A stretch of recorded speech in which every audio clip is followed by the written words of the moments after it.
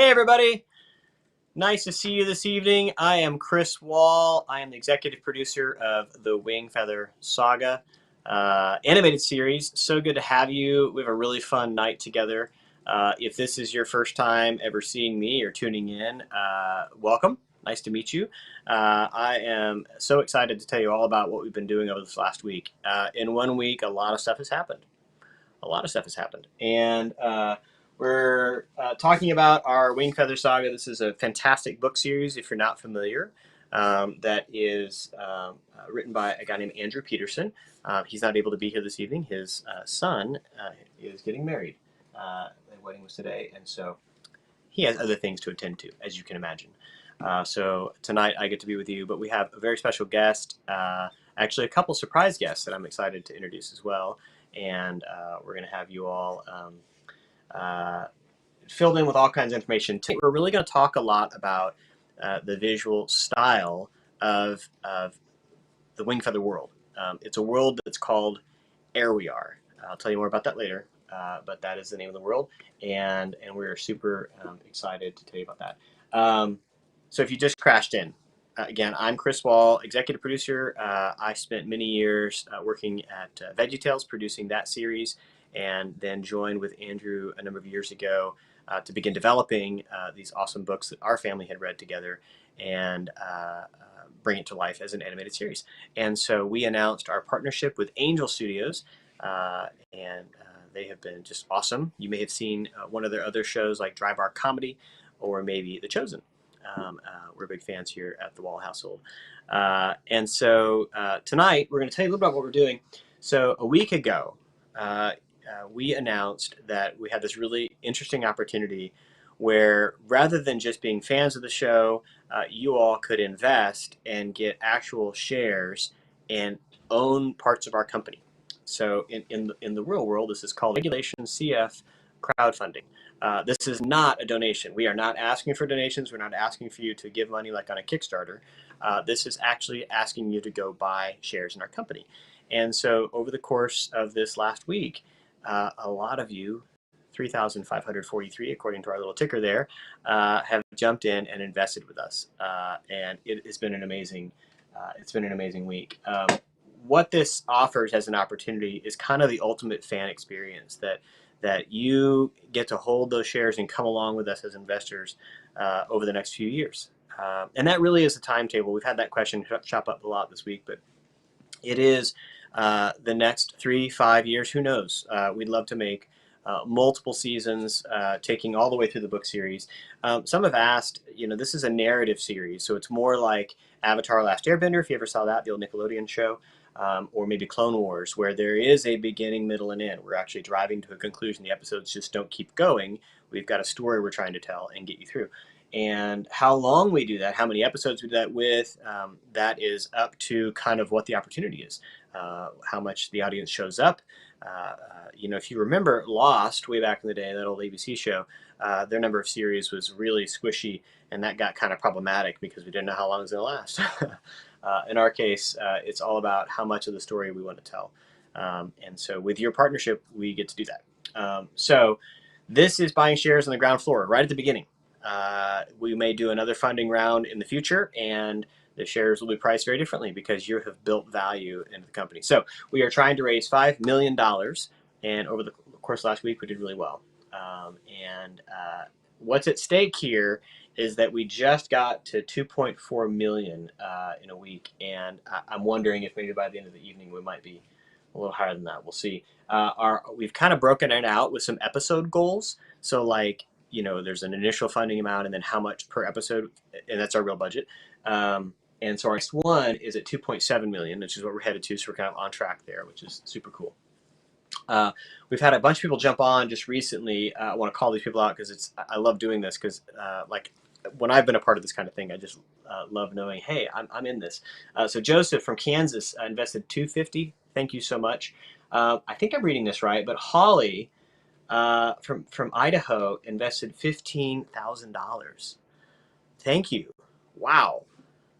That's amazing. Thank you for believing in us. We hold that very closely, and I can't tell you the sense of responsibility we have about making that money go to work to make a great series.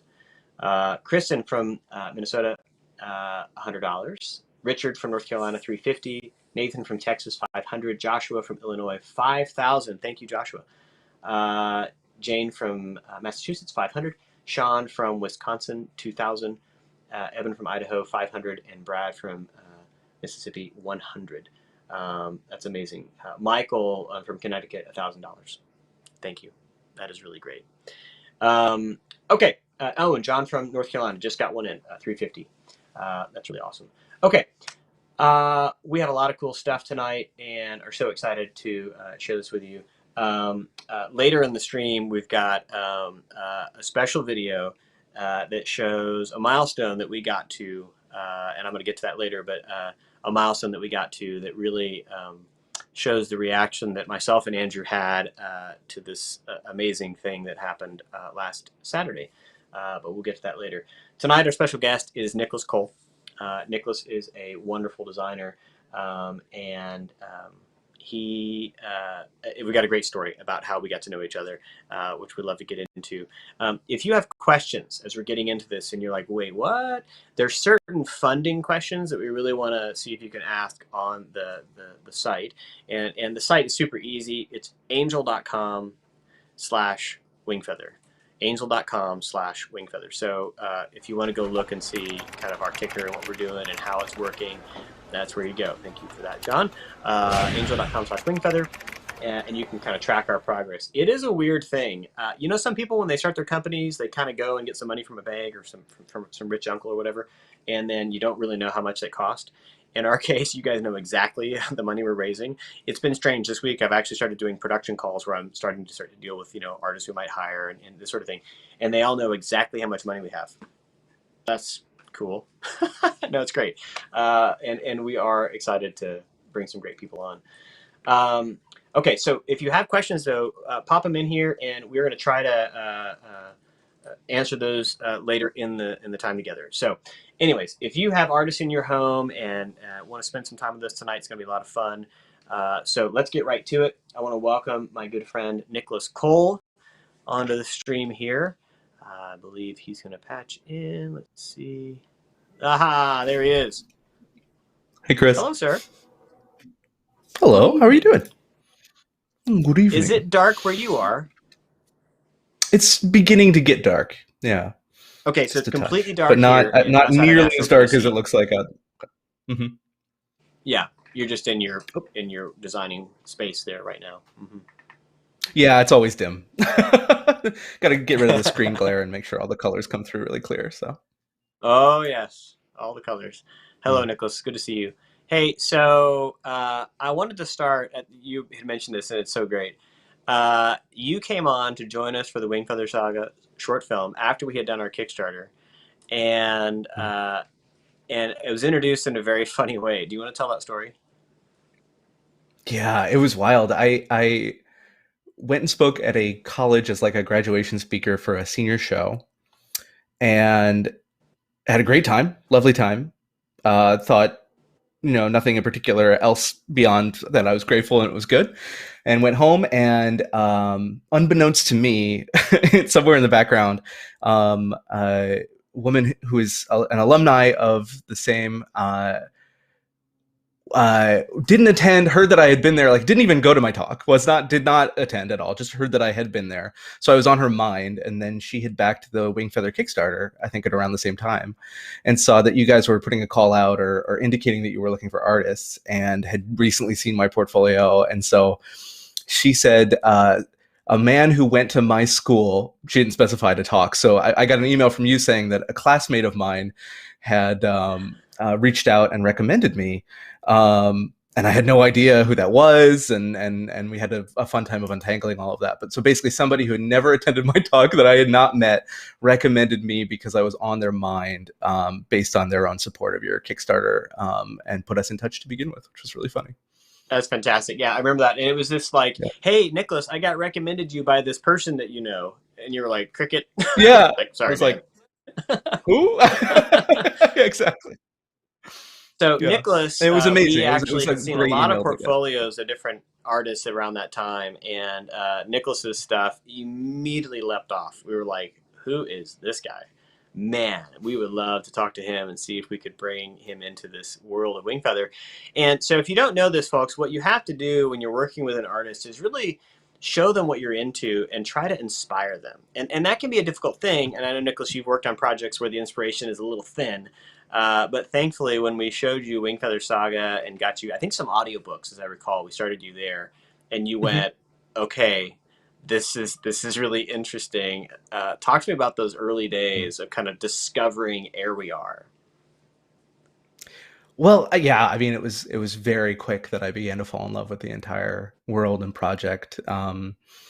The books speak for themselves. That first book for me, I know, they get incredible and very dramatic and intense as they go on, and I know that for your family that was especially notable. But for me, just coming in on that first chapter or two of "In the Edge of the Dark Sea of Darkness" and the strange comedy that Andrew weaves in with the fantasy world building was like, oh, it's almost like a feeling of like, oh no, like I really like this, like I think I need to do this like fast.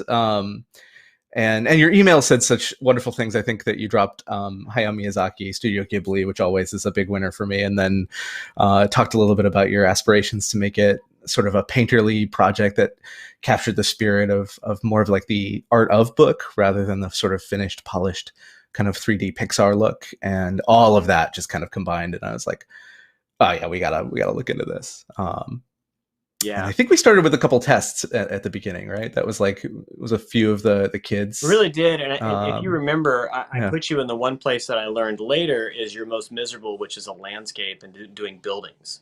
And so your very first like real painting was in downtown Glipwood. You've done some great stuff. I think we, yeah, Oh, this here it one. is. Oh, And I remember you were just like, oh no.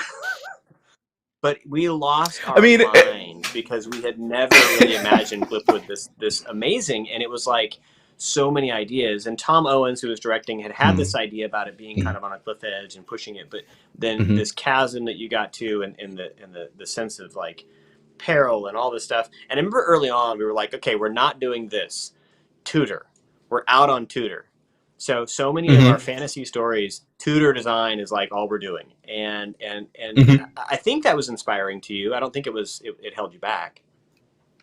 No, not at all. No, it was cool because Tom had some really beautiful reference that he was bringing. Oh no, my mind's gonna blank right now. Of course, the famous lighting guru. Oh my gosh, Roger Deakins. Tom brought Yes. Roger Deakins films in a great variety. I think in particular, oh, forget it. My memory is not gonna not gonna function live on camera right now. Yeah, but But Deakins had been a big um, influence because Tom had worked on How to Deakins Train Your was huge. Dragon. They brought Deakins in as a Mm-hmm, cinematographer to really influence a lot of the look of the How to Train Your Dragon series.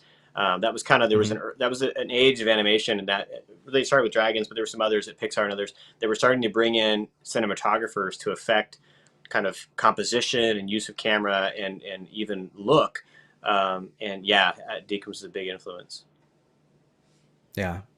Yeah, and the architecture from the westerns that he was sort of vibing with, and all of that combining with that kind of classical fantasy setting was a very inspiring place to be. So thinking about, even as we visited Tennessee and kind of got a feeling for that space, and it just kind of clicked. It was like, oh, this is definitely where the stories came up out of. And the Igby Cottage was a big like very much influenced by the experience of having.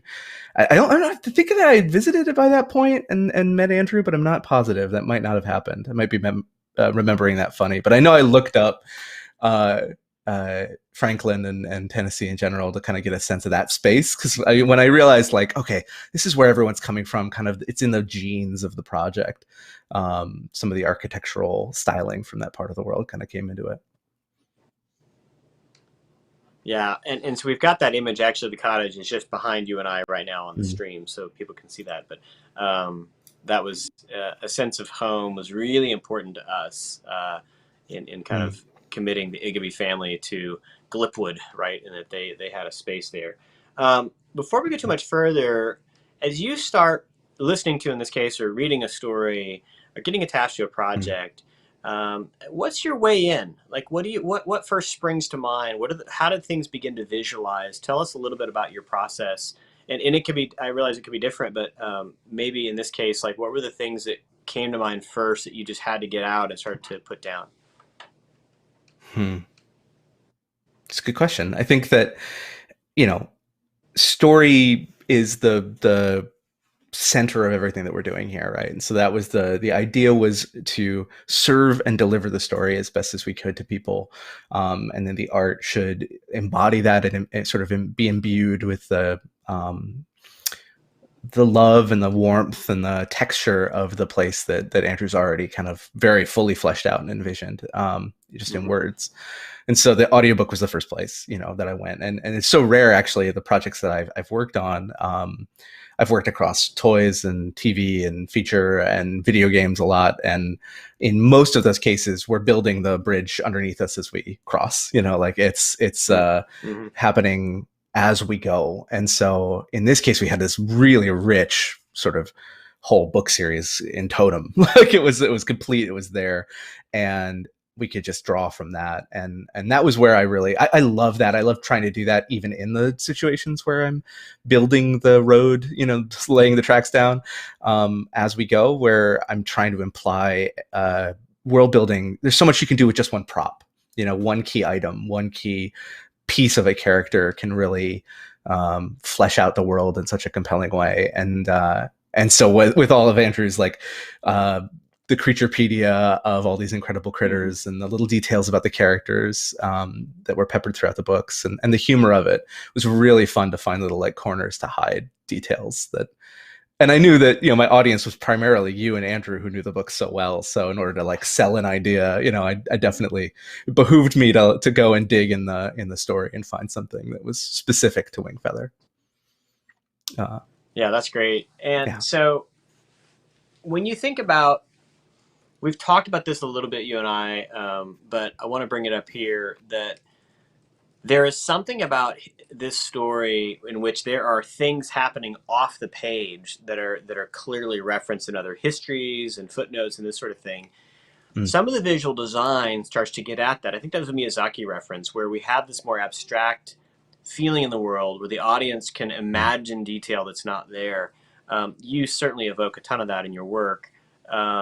Where does that uh, how does that get shaped? I guess because there's a way in which that's just like unfinished art, but then there's a way that it leads the Mm. audience to imagine detail that may not actually fully be there, and they have to figure out what that might be, and maybe how that Mm. edges out of the frame, in fact. But talk about how you're able to do that with your Mm. work. That's a beautiful question. It's interesting. I think that the metaphor that I use for people when I talk about design and when I talk about coming up with these ideas is it's a little bit like telling a joke.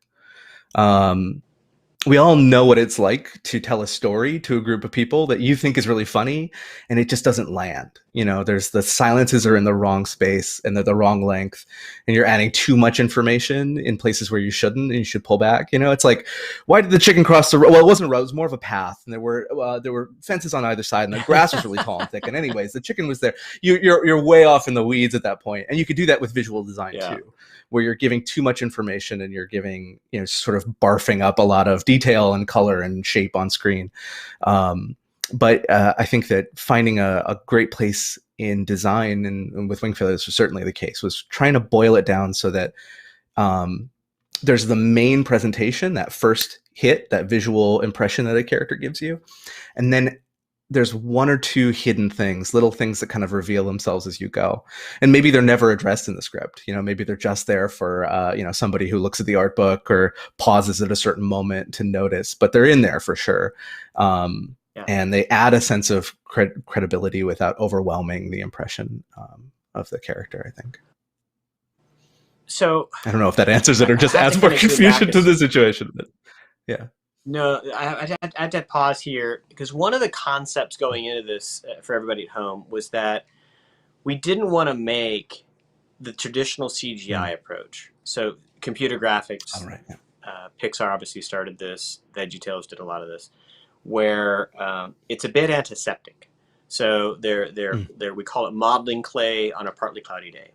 That by nature of having to kind of bring these things to life in a real physical way in a computer, where there's models and rigs and surfaces.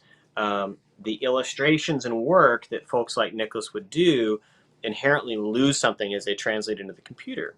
And we were really struck, our whole team, Keith Lango and Andrew and then Nicholas and Tom, to say, what would it look like to stay more abstract, to kind of make what we're doing feel like you could not, it's not all there. Now, the problem is if the backgrounds are beautiful, like what you've seen from Nicholas's work, and then the character is this CG rendered smooth object on top, it breaks, right? The whole thing doesn't work. So the trick was, what could we do to make the characters feel like in CG they could sit with those backgrounds, those beautiful backgrounds, and actually work? And so we're going to talk more about the process there of getting those characters to sit in the world and to take the designs that Nicholas made and actually model those with a great modeler and then get them. But to sit in that background, one of the things that we really drove at, and I want to have you talk about this, Nicholas, is allowing the brush strokes to be visible, allowing the kind of artist hand. We've gotten a lot of comments over the years from huge studio execs to everybody that's seen our short film. This feels handcrafted. There's this paint motion feeling to it, like it's a painting coming alive. And they want to know how we did it. And there's some secret sauce, and we'll talk about maybe a little bit that later. But from your seat, I know I heard you really, really pushing the artists around this about letting those strokes be where they are, let the audience, the viewer at home, see the handcrafted nature of that. And there's kind of unfinished parts. And talk to me about your own work in that, and then helping to kind of, it's not how artists are trained. They typically like to render out and hide their mistakes, and you really push them to like, you got to commit to it, let it go. Yeah, I think it's all about having a clear sense of what the hierarchy is of like what's important on screen, what's the center, the focal center, what character or what thing are you looking at, but also like what are we trying to do here, and if it's a tender moment between two characters and the focus is on the emotion and the interaction, the rivets on the kettle in the background of that shot are not necessarily the most important thing on screen. And that can be lovely to pour into the details, but it was also a conscious decision we made because we knew we were operating on a tight budget and trying to do something that didn't look like a cheaper version of something expensive, but looked intentionally like itself. And so we wanted to really find a smart way to design something that was beautiful and honest and painterly, that left space where we didn't need to fill in all the details, and it kind of gave it a bit of a dreamlike quality at times, and something I really loved was just that feeling that it did feel like a painting, part of the art of book, come to life on screen in its best moments. And it's a really fun way to work, as you sort of delve, because we're always asking the question of like, what's most important, no matter what. That's inherent to all the design. So you're never or rarely feeling like you're focused on something that no one's going to see, and isn't going to make an impact. Yeah, that's awesome.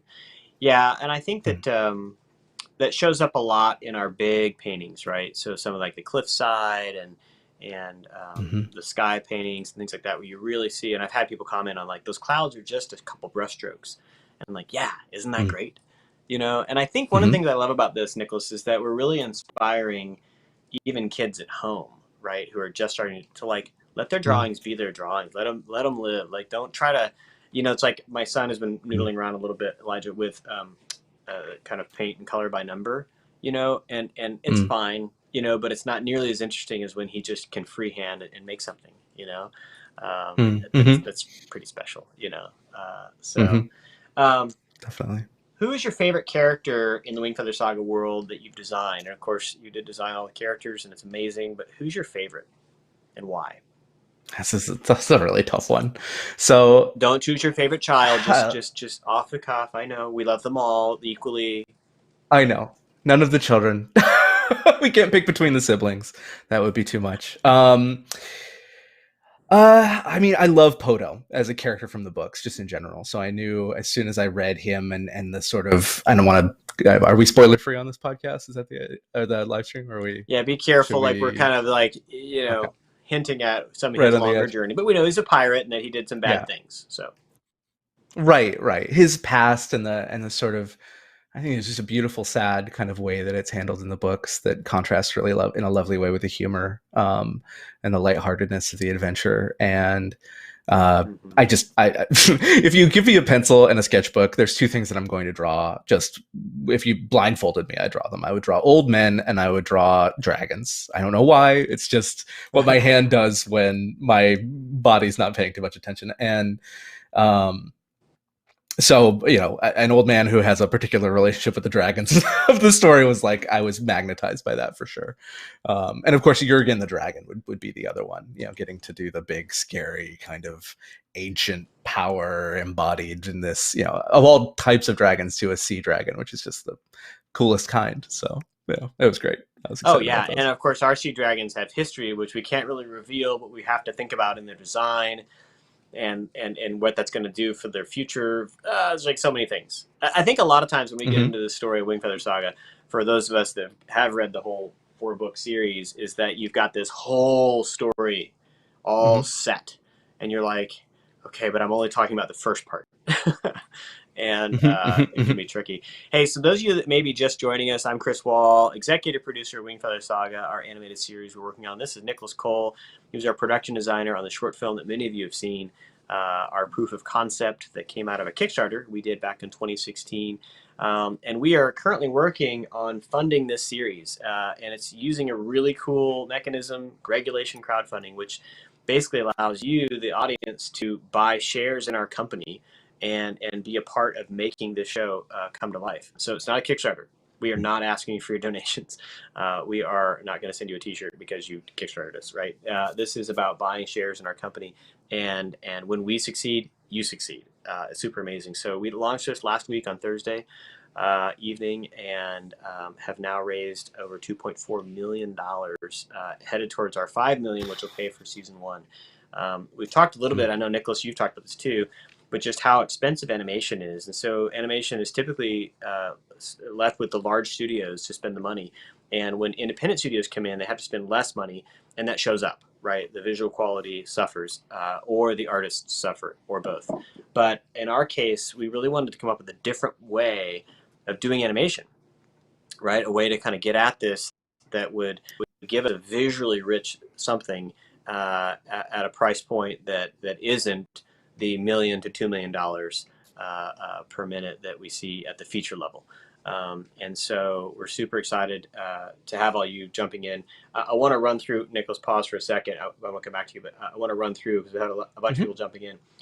Benjamin from Florida, thank you, 250. Kevin from Michigan, 350. By the way, this is totally a drill in my ability to pick out states. So if you get your state wrong because the initials, I'm sorry. I'm doing my very best. I want to have Nicholas do it later. Kira from Oregon, 250. Tian from Utah, 350. Ken from Connecticut, 250. Shelby from Washington, 100. Shannon from South Carolina, 150. Robert from New York, 350. Mark from Florida, 350. Will, Texas, 350. Dowell from Texas, 500. Scott from Washington, 100. Rachel from Indiana, 400.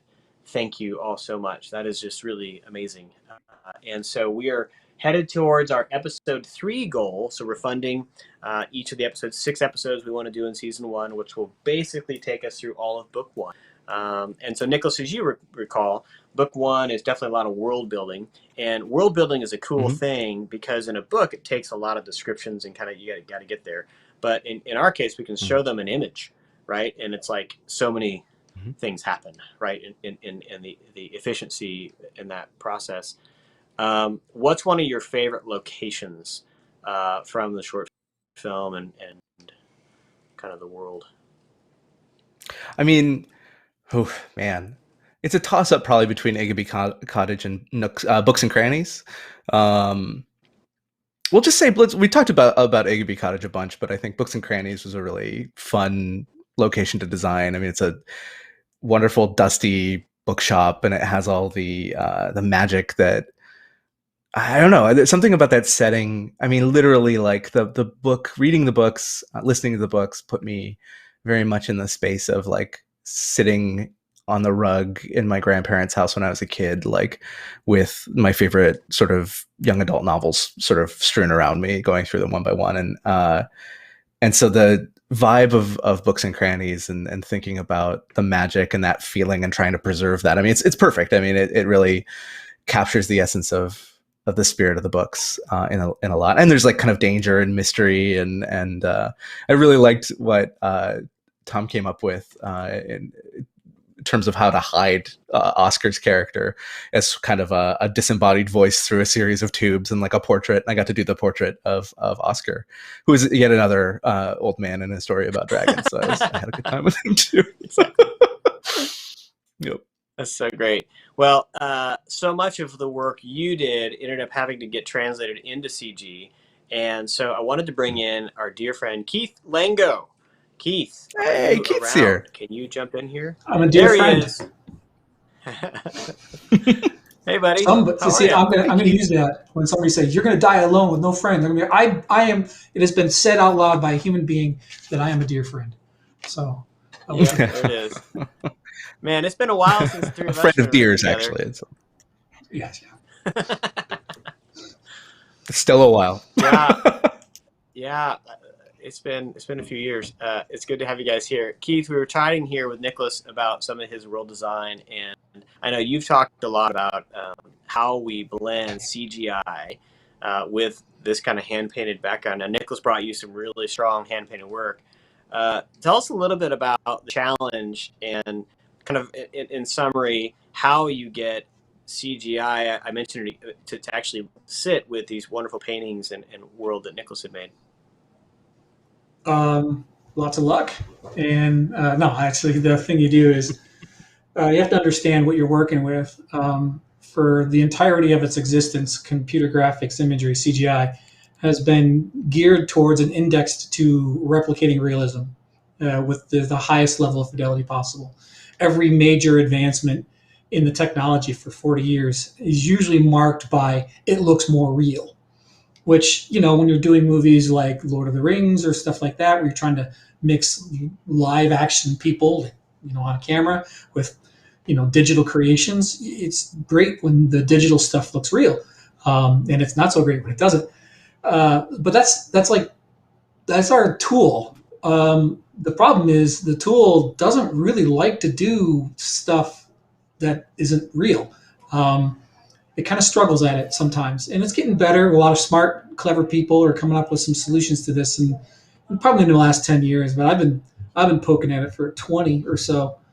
And the big thing is you just have to understand the concept of cohesion. There has to be like a cohesiveness to it, in the sense that if your backgrounds are loose brush paintings and they're very impressionistic, and they don't really have a lot of specific detail, and they're abstracted in a sort of way. Like if you look at like the stuff that Nicholas did and all the backgrounds we use in the short films, they're abstracted. Like he's not trying to paint photorealism. So whatever you put in CG has to employ the same kinds of approach. Like you can't have a realistic character in front of a painted background without causing some kind of weird, incoherent disconnect in the mind of the viewer. And in fact, the thing that made interesting to me was it isn't necessarily quote unquote quality that is not. It's not determined by how detailed something is. Quality is determined by how cohesive it is. For instance, we are 87 years into The Simpsons now. It works because the whole thing's put together. And when you take a look at SpongeBob, you got SpongeBob, this cell drawing kind of thing. And when they want to make something funny, they put a live action shot in there, or they'll do this super detailed, painting that's completely different out of the style. And that's funny because it's like, well, that doesn't belong there. That's why it's funny. It's incoherent. But you can't live in incoherence because then nothing makes sense. So people will play along and watch whatever it is. If you tell them up front, this is the rules, the visual rules of our world. Like this is what coherence means. It's an impressionistic world. Motion is not high fidelity. Models do not retain perfect structural integrity at all times. Textures are not permanent and fixed. It's not like we spray painted a maquette and we're sliding it around in front of a camera, but the textures themselves are changing on on an n number of frames basis. And if you put all those things in there, like the motion isn't smooth, the drawings aren't smooth, the painting isn't smooth, the models don't remain smooth, the lighting, even, all these things, if there's a kind of a toothiness to it, that's the only way I can describe it. If you're an art person, you have you want, drawing paper, if you want some really fun character to your paper, you don't get the super smooth stuff. You get toothy stuff that's got nooks and crannies and hills and bumps and all kinds of weird irregularities in it, because that in and of itself will kind of tear at this detail. And the great thing is, even a tiny little child has the imagination from the womb to fill in the blanks.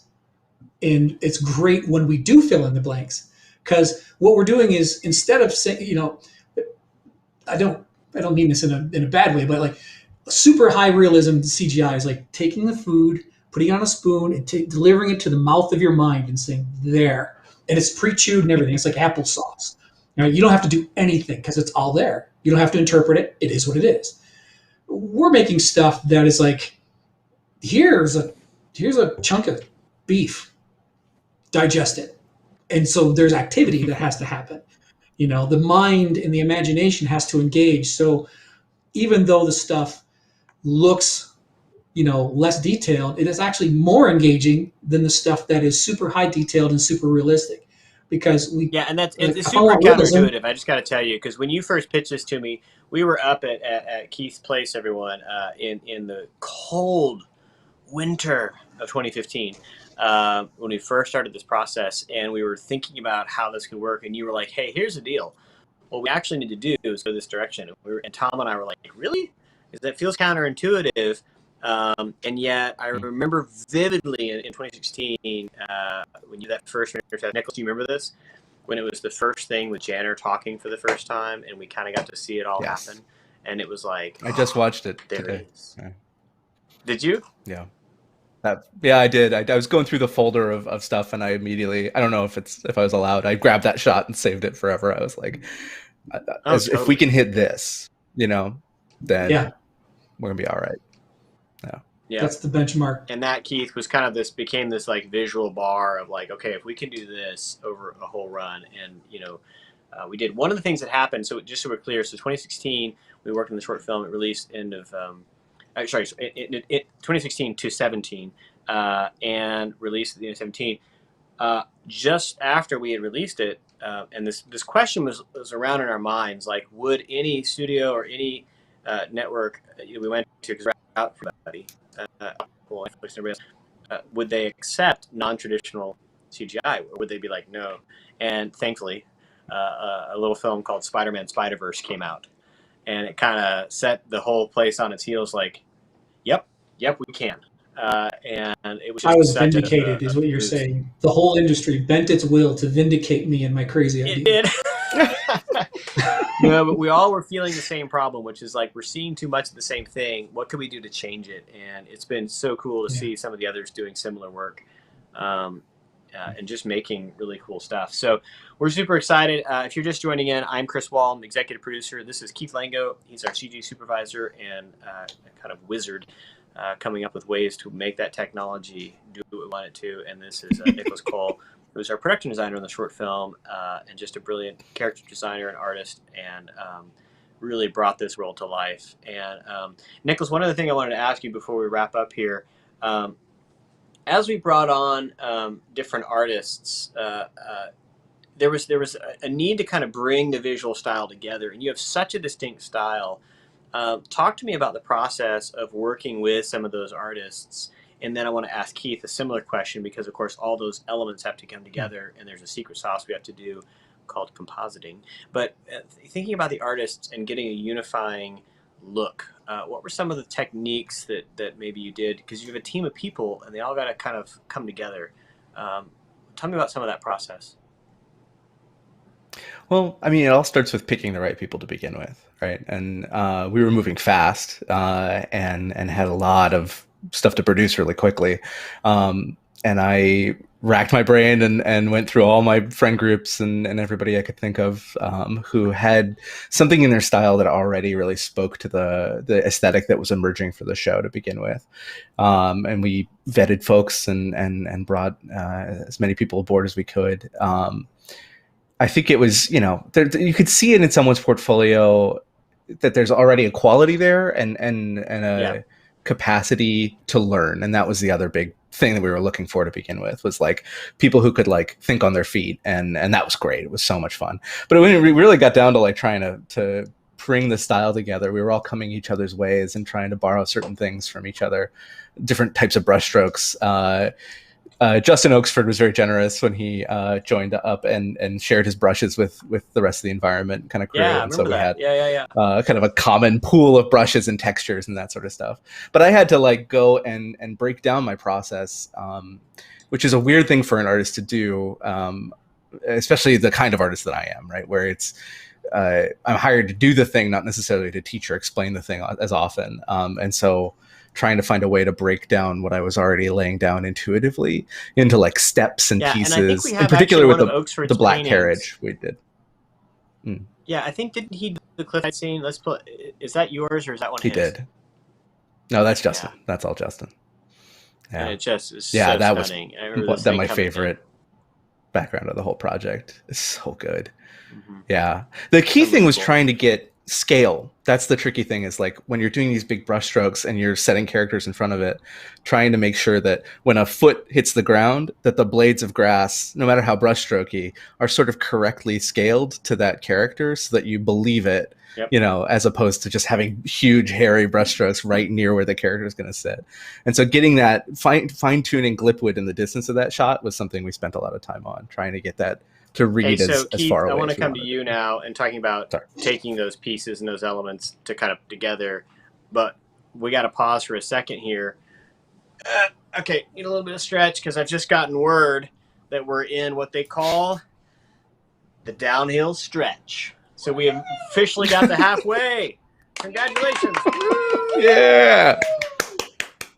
2.5 million. How did we get there? How in the world did we get there? That's amazing. So in 1 week, $2.5 million.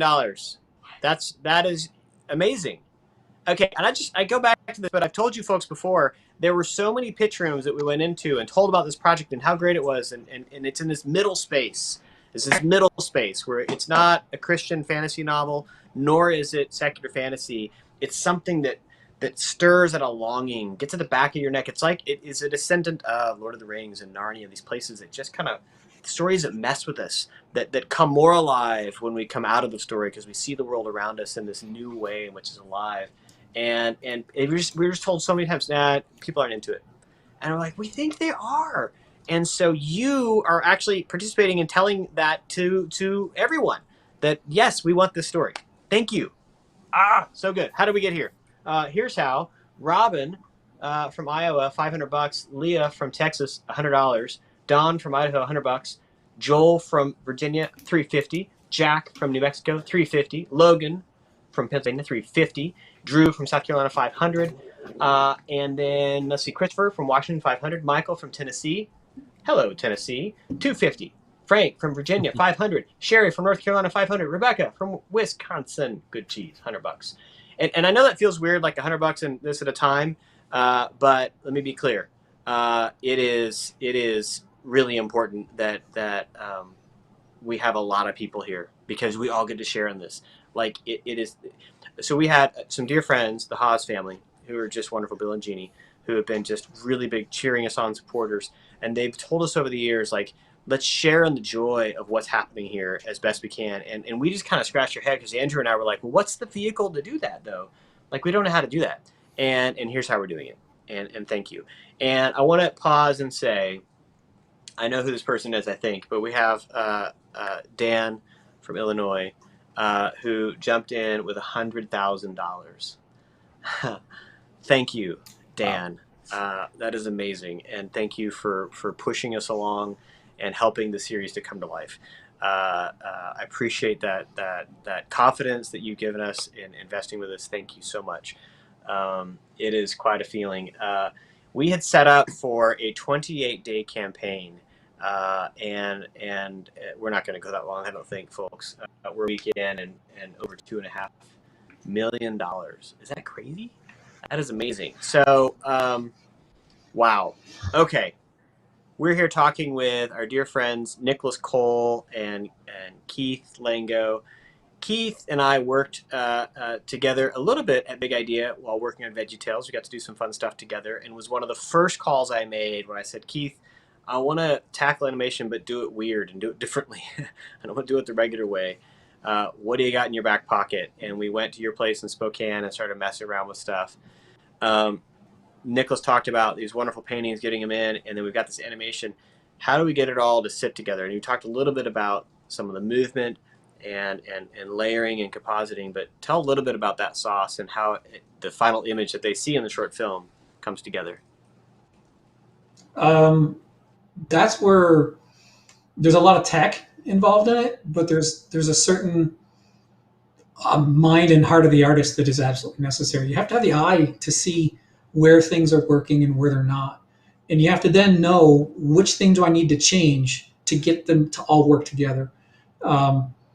So, the compositing side of it is like, that's really where, those guys are the chefs, if for lack of a better expression.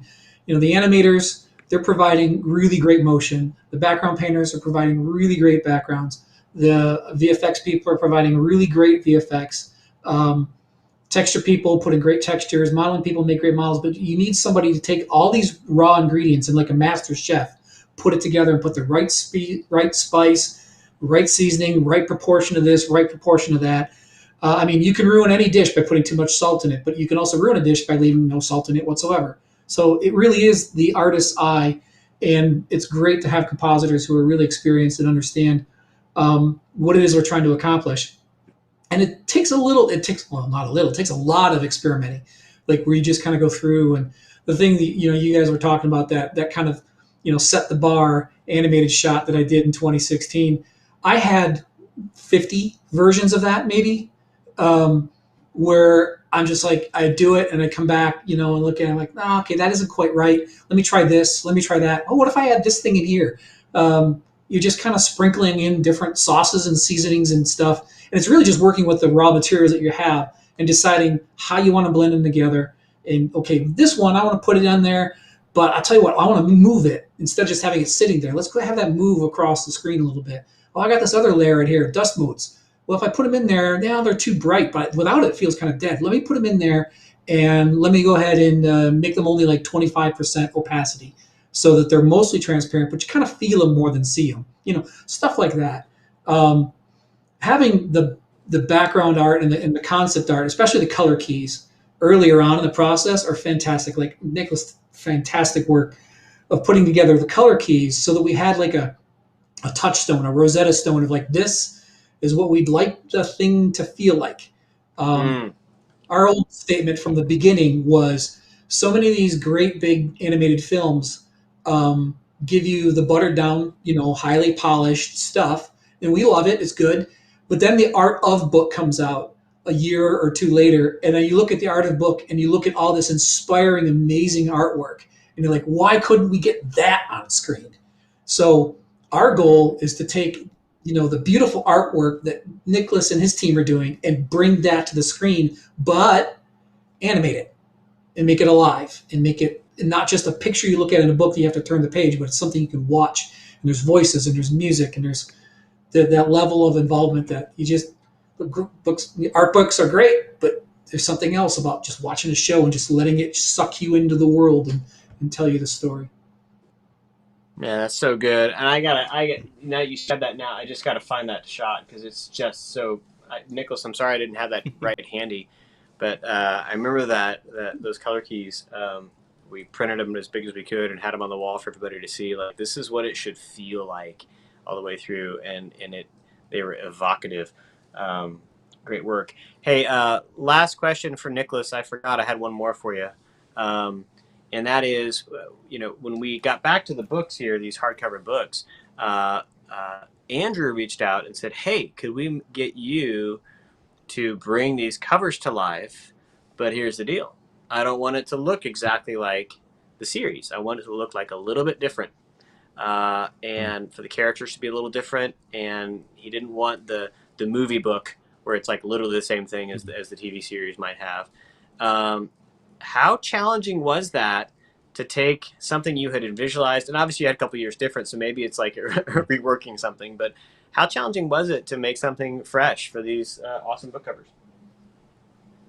I mean, that's the funny thing about this question is that it wasn't challenging at all. I think that if anybody here is also artistically inclined, or I think most people who are just creative and in any way, your work a few years later just does not feel the same to you as it did at the moment that you were doing it. So when Andrew came back around with the book covers, it was a completely different problem to solve. So there's that aspect, and that's the major one. But then also in the background, it was like, oh, I definitely want another swing at this. Like I would love to take another whack at it. But I think what the chief difference between a book cover and what we did for the animated short is that a character design, a environment illustration, a designer and illustration, the color script, they're all just pieces intended to sort of fit into a certain part of the process and create a cohesive whole, as Keith was saying, something that has a consistency through all of it.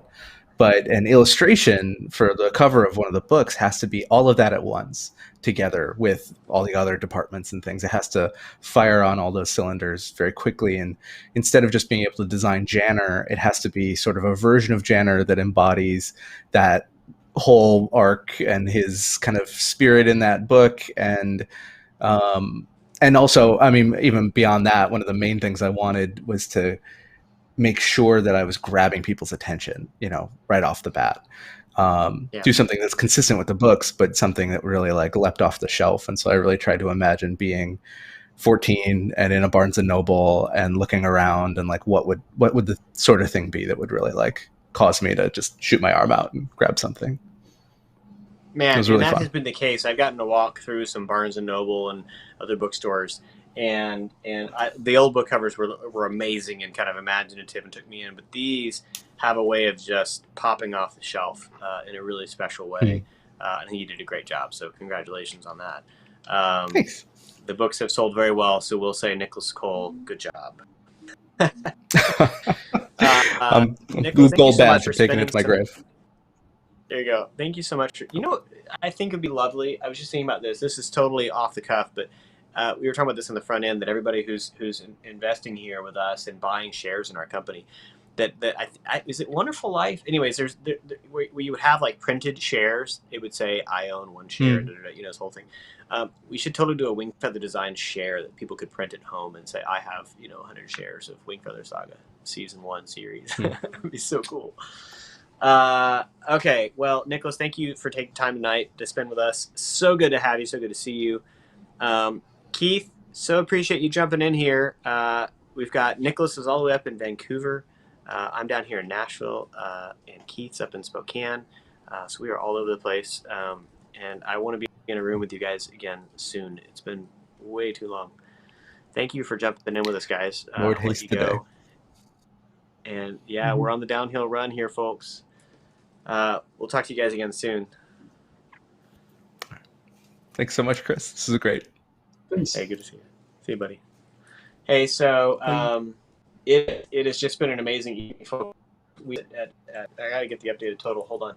So we started this year at $2.4 million tonight, and thanks to a number of you jumping in, and of course some significant contributors, we're ending this evening up here at 2.55. So we are on the downhill stretch. It's only been a week. Oh my gosh, that's amazing. I want to call out a couple more people here, and then I have 2 more special guests before we close out tonight, and then a special video to show you. So don't go away, because I got a fun video and 2 more special guests to show you. Okay, so let me run through these. I think I called some of these out, but I'll say them again. Rebecca from Wisconsin. Yeah, I did that. Rebecca from Kansas, $100. Amanda from Idaho, $100. Tim from South Carolina, $100. Paul from Illinois, $150. Nathaniel from Pennsylvania, $350. Jason from Georgia, 500. Thank you, Jason. That is very cool. Okay, so I mentioned to you all that last week we did something really crazy. We started this on Thursday night, and by Saturday, 48 hours into it, something really special happened. And that was you all giving us amazing fuel to get going. And we made a little video here. We wanted to show you just what that felt like to us on this end. So take a look at this.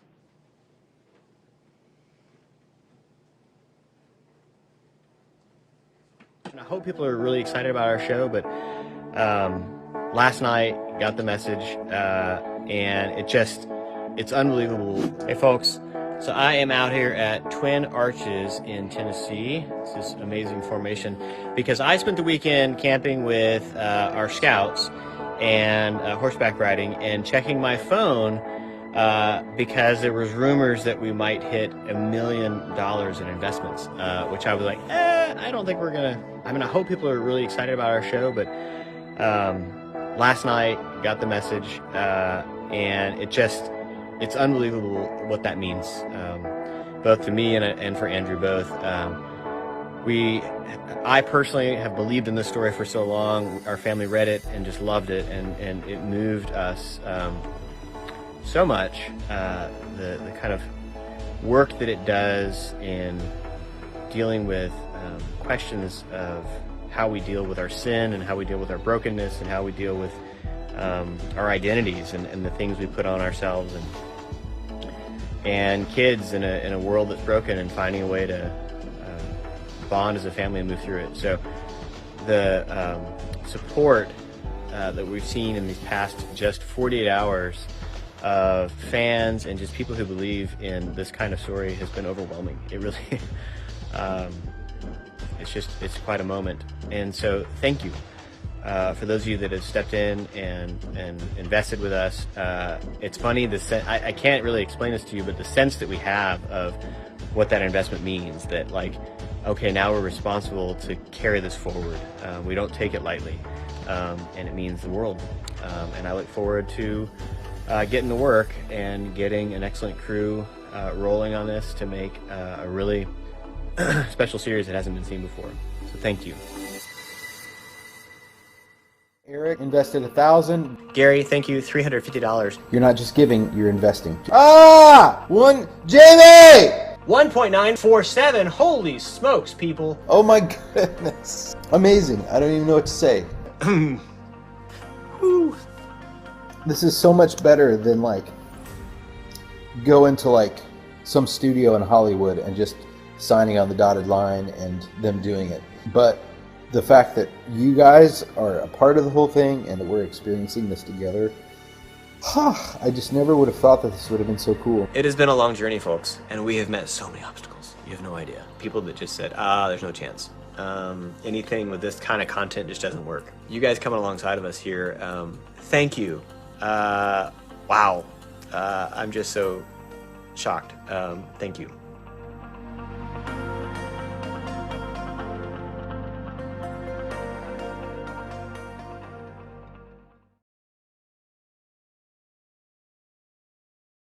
It's been a wild evening. It's been a wild week of just so much support, and I want you to know what it means to us, to our family. And so I have a couple guests with us here. This is Charlotte Wall, she's our youngest, Hello. and Elijah. And they have been a big part of this journey too. So one note, Charlotte this last year got to read Wingfeather Saga for the first time. Yeah. And she's 9, and so she actually got to hang out and do the read aloud thing that Andrew did on Facebook and YouTube starting last year during quarantine. And you got to hear the story for the first time. Yeah. And it was pretty amazing, huh? What was your favorite part of Wingfeather Saga? My favorite part is when Janner and Kalmar find out that there is a way that they can work with how. Don't spoil stuff, yeah. How Things and with Kalmar's new thing. his kingship, yes. Mm-hmm. You're He doing a can great job. just work with it, Yeah. even though it would be. It is the way the strange. siblings work together, right? Yeah. That you have, we have 6 children, but Calvin and Elijah and Charlotte are very similar in kind of that Janner, Kalmar, and Lily, Yeah. And the other way in which these guys have been really connected is, so when we were making the short film, a lot of times when you start off in animation, you do scratch tracks. And so you have people come in and just kind of lay stuff down. And it's people around the studio just kind of doing it. And we all kind of record voices quickly. And then we use that for the storyboard artists and to make your animatics, which is where you edit the storyboards together. And in that, I said, hey, Charlotte, it was around Christmas. I said, hey, could you come join? And we went into our clothes closet where it's good and quiet. And we had the iPhone, I think. Yeah. And we said, can you just read this for me? And so she just read the script as we went. Yeah. And became the voice of Lily for the short film. And then Elijah got to do the same thing and be the voice of Kalmar, which was so much fun. Now, unintentionally, I ended up being the voice of Janner. Yeah. We had planned to replace me and actually audition some kids, but Elijah's voice sounded too close to the kid we had. That was a great cast, and so we ended up staying with my voice, which that's a huge spoiler. So if you hear it now you can only see this bearded guy as this kid. But what was Elijah? What was your favorite part of kind of getting to play play Kalmar and be that voice? Because he was kind of my personality, where he's kind of like wild and like crazy. Yeah, he's definitely got a ready, fire, aim. Yeah. Yeah. And it wasn't hard to imagine him falling off the rooftop and that stuff. Like, yeah, that was yesterday. And When I watched it, I was like, yeah, that's definitely Elijah. that's right. And then Lily is so funny because she's so spirited, and so she does have to work with her injured leg and requires a crutch, but doesn't mean she can't take care of herself. And Charlotte, you're very much that same way, huh? Yeah. Yeah, so she felt that.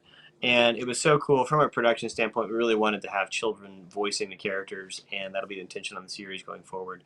They've been asking if they get to audition again, and I'm sure we'll let them audition again. They've gotten older, so may not have the right voice anymore. I don't know. But thank you guys for jumping in here, saying hello.